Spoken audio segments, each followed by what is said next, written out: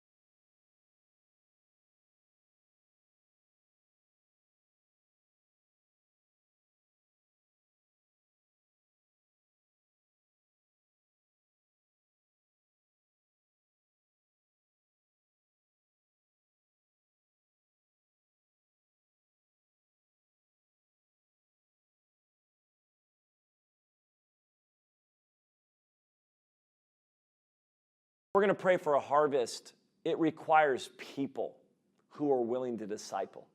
It requires people who are willing to walk life on life with people. It is a Western mindset that says, I'm going to be a teacher, there's 100 people in a classroom, I'm going to give you information. The biblical concept of discipleship is what Jesus did, where he walked life on life with people. He shared his life with them. That's what we're going after. And that's another level. It really is. That requires a lot of people engaged and activated with a value and a passion that we are going to disciple people. As the harvest comes in, we're going to disciple them. And that's not because I get up and give you information. That's not because I give up and just do teachings. That's not really discipleship. Discipleship is a life-on-life concept as we walk with one another. This is what Paul in 1 Corinthians 4:14-17 says this, I do not write these things to shame you, but as my beloved children, I warn you, for though you might have 10,000 instructors in Christ, yet you do not have many fathers, for in Christ Jesus I have begotten you through the gospel. Now, a lot of people would view that, they preach that as kind of a negative, like we don't have enough fathers. Paul's actually saying, listen, you got a bunch of teachers, not many fathers, and I'm one of those fathers. He's saying, I'm one of those fathers that has walked with you. Then listen to what he says. Therefore, I urge you, imitate me. For this reason, I have sent Timothy to you, who is my beloved and faithful son in the Lord, who will remind you of my ways in Christ as I teach everywhere in every church. Here's discipleship. Paul's like, you got a lot of teachers, you don't have a lot of fathers. I'm one of those fathers. I have walked with you. I've lived life with you. And therefore, what I'm saying is imitate me as I imitate Christ. But he sends Timothy, and this is what he says. He doesn't say, I'm sending Timothy to you to remind you what I taught you. Again, this is discipleship, not just teaching. He doesn't say, Timothy, I'm sending Timothy so he can remind you of what I taught you. He says, for this reason I sent Timothy to you, who is my beloved and faithful son of the Lord, who will remind you of my ways. Of my ways. Paul said, I'm going to send him, and what I want him to do is I want to remind you of how I lived. How I lived. As I was teaching, how did I live? That's what you remember. That's what you're to imitate. So again, we've got to raise up disciplers. We've got to create a value and a passion for that. But discipleship is not information. It is not just teaching. It is life on life. This is what I want to challenge you with. This is the story of Gehazi and Elisha. Elisha thought, well, we're going to see this boy raised from the dead or awakened by just sending my servant and my staff ahead. But the servant comes back and says, listen, I laid the staff on him and he didn't awaken. Nothing happened. Because what God requires from us is not our gift mix. He requires from us our life. In order for that boy to awaken, Elisha had to get life on life with him, mouth to mouth, hand to hand. He had to stretch out, and then he had to get up. He had to pace. He had to walk. He had to do it again. There was a transference of life. Discipleship happens because life flows through life to awaken life. So it's not just that I'm teaching you, it's that I'm allowing the life of God to flow through my life to transform your life. That is discipleship. That is life on life. That is why when we say we've got to raise up disciplers, can you have a 1-to-5 ratio? You know, can I take 5 people and pour my life into them? That's a lot of people to disciple, but that's what we think is, that's doable. And so as I pour my life into them, we have to think, okay, let's raise up disciplers, those who are going to get life on life. This is important. This is why it's such a non-linear concept. Discipleship is not linear. We want it to be cut and dry, right? We want okay, we're going to go through this, or you're going to teach this, or it's like parenting. Parenting isn't linear. There are moments and there are times as I allow you access into my life, as I say, come and walk with me, come and see how I do life. This is how I was discipled. I can look back right now and there are people who allowed me into their life. You can't do this with everybody. This is why you can't disciple everybody. I can teach a lot of people. I can only father a handful. I can teach the masses. I can only disciple a few because I have to walk with them. I have to allow them access. They got to come into my home.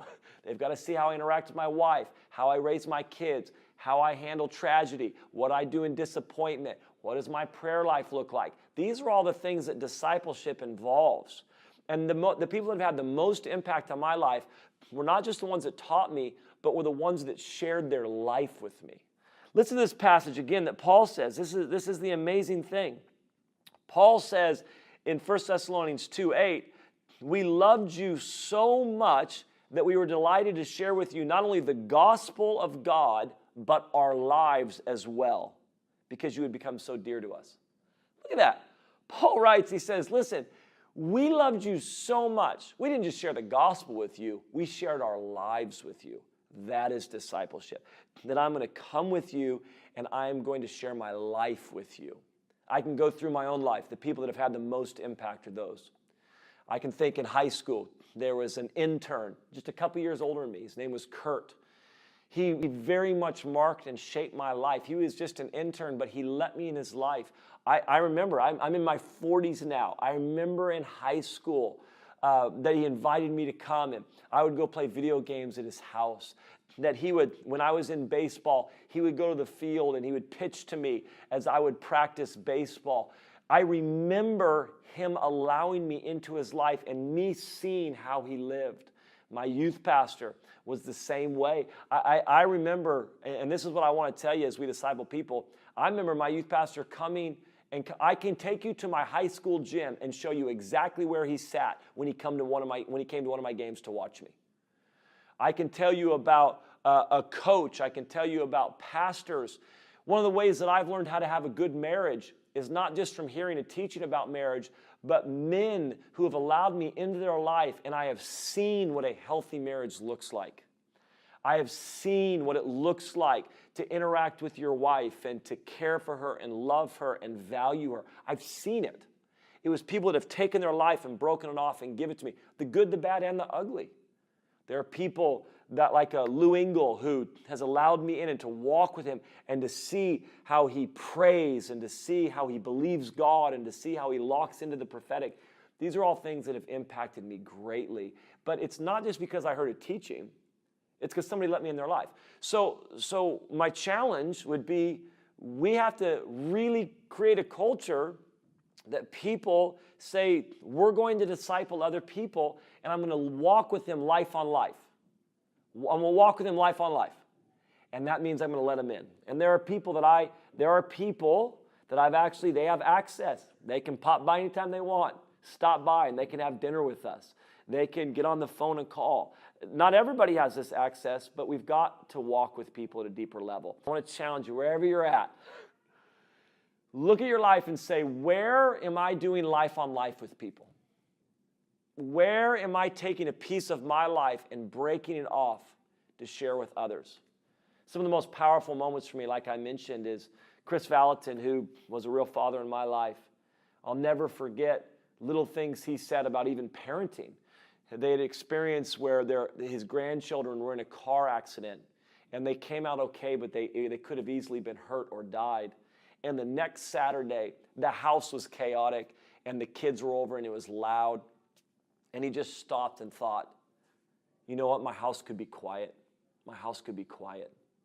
And I remember just being close to him and hearing him talk about that and how much it affected my life as a dad. When things get chaotic, when I'm a little bit irritated, remembering what Chris said, that my house could be quiet right now.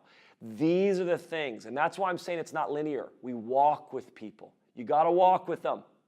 And you've got to spend time with them. It's not just I'm giving you information in linear fashion.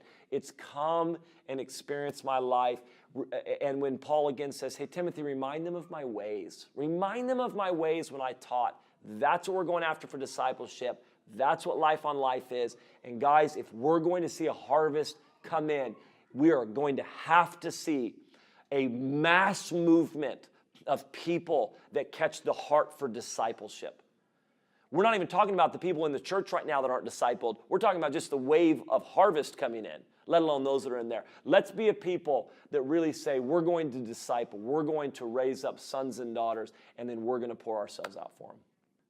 A lot of people may be a little bit overwhelmed by it, to be honest with you. They just got a big heart, and they don't like saying no to people, or they're like, they just look at the need. And I think, again, we've got to be a spirit-led people. I think you really have to lean and pay attention. Lord, who is it that you're highlighting? Who is it that you've brought into my life to disciple? It could be at your place of work. It could be wherever. It doesn't have to just be inside the church walls, but who is that? And I can tell you for me, I don't know how to fully describe this, so I'm just gonna. There's a verse that says that we know each other by the Spirit. Sometimes I can just tell. I don't know how to say it, but it's like, oh, there's just something there. And I very much believe that the Lord will just highlight. I've brought that person in your life. I want you to pour out for them. I want you to pay attention to them. I want you to pay for their meal when you're with them. I want you to know what's going on in their life. I want you to allow them into your life and give them access. Again, you can't do that with everybody. You just can't. You can't. Again, I can teach a lot. I can only father a few. But I just pay attention to it. I just lean into that thing. Who is that? And it's so rewarding. Guys, it's one of the most rewarding things you can do is to pour your life out for people and allow them access. And listen, they're going to come in and even see the mess of your life. There's a beauty in that too, that my life isn't perfect, but I am moving towards my life being sanctified and transformed to look like Jesus. So who is that you would do? I can't fully answer that, but I would say this. Lean in, ask God. God, who are the people that you brought? Look around on Sundays. Look around during the week. Find out who the Lord is highlighting and then move toward them and see what God does.